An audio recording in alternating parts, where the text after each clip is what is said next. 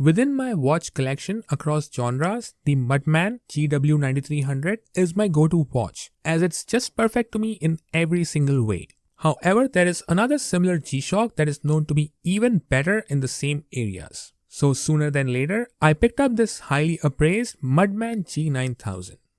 I've heard a lot about the fit on this Mudman and it is indeed comfortable, but to me, it still doesn't dethrone the GW-9300.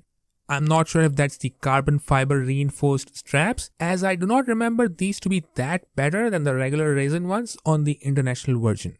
It is much compact and lighter in comparison, and much of that could be from the fact that it misses several things like the compass and the thermometer. It does have these double hooks like the other few G-Shocks, including its spiritual twin, the GW-M850.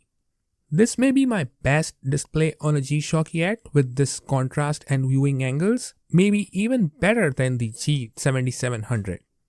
One thing that is always talked about for this model is the harder to press buttons, and I should say these are indeed really hard to press, much more than the GW9300, which is already harder than all the other G-Shocks I've tried, and that is to say something. It has dual 1000-hour stopwatches, and the first one has a familiar countdown feature like the G7700 and the Rally GW-M850. There is only one timer, unlike the two on the G7700, but it is special as well, such that it has auto repeat with progress beeper.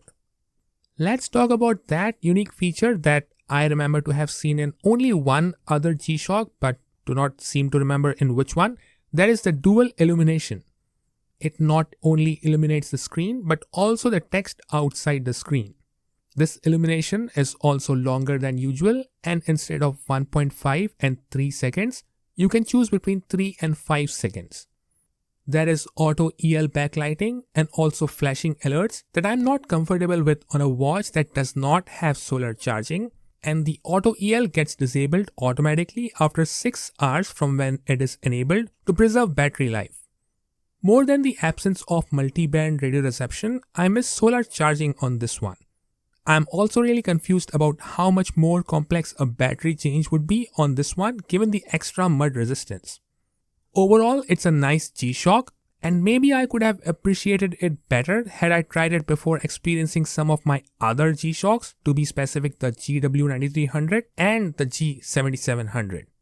I may hold on to this one for a while, or maybe let it go to someone who appreciates it more, while I keep an eye out for a G7900.